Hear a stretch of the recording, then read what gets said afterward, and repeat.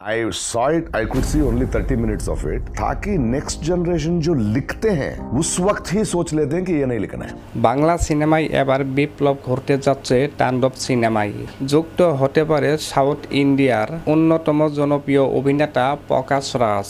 But thought process, so what? Let them come, no? So it is very easily seen what sort of films. Film industry is a very vulnerable industry. বেশ কিছুদিন ধরে শোনা যাচ্ছে তাণ্ডবের villain হিসেবে দেখা যাবে আমিন খানকে, কিন্তু এ ব্যাপারে এখনো অফিসিয়াল ইনফরমেশন পাওয়া যায়নি। এখন আবার আরেকটি রিউমার শোনা যাচ্ছে আমিন খান ছাড়াও এতে প্রকাশ রাজকে দেখা যাবে।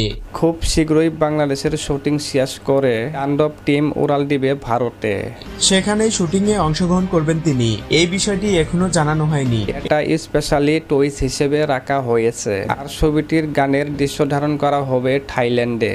ফাইনালি সত্যি যদি এই সিনেমায় প্রকাশ রাজকে রাখা হয় তাহলে বিষয়টি অনেক বেশি ইন্টারেস্টিং হবে। শুধু প্রকাশ রাজই নয়, এতে আমিন খানের থাকার সম্ভাবনাটাও অনেক বেশি। পরিচালক রাফির কাছে জানতে চাওয়া হয়েছিল তাণ্ডবের মেন ভিলেনকে কাকে দেখা যাবে, তখন তিনি জানান আপাতত এই বিষয়টি টুইস হিসেবে থাকবে। টিজার মুক্তির পর সব খোলাসা হবে।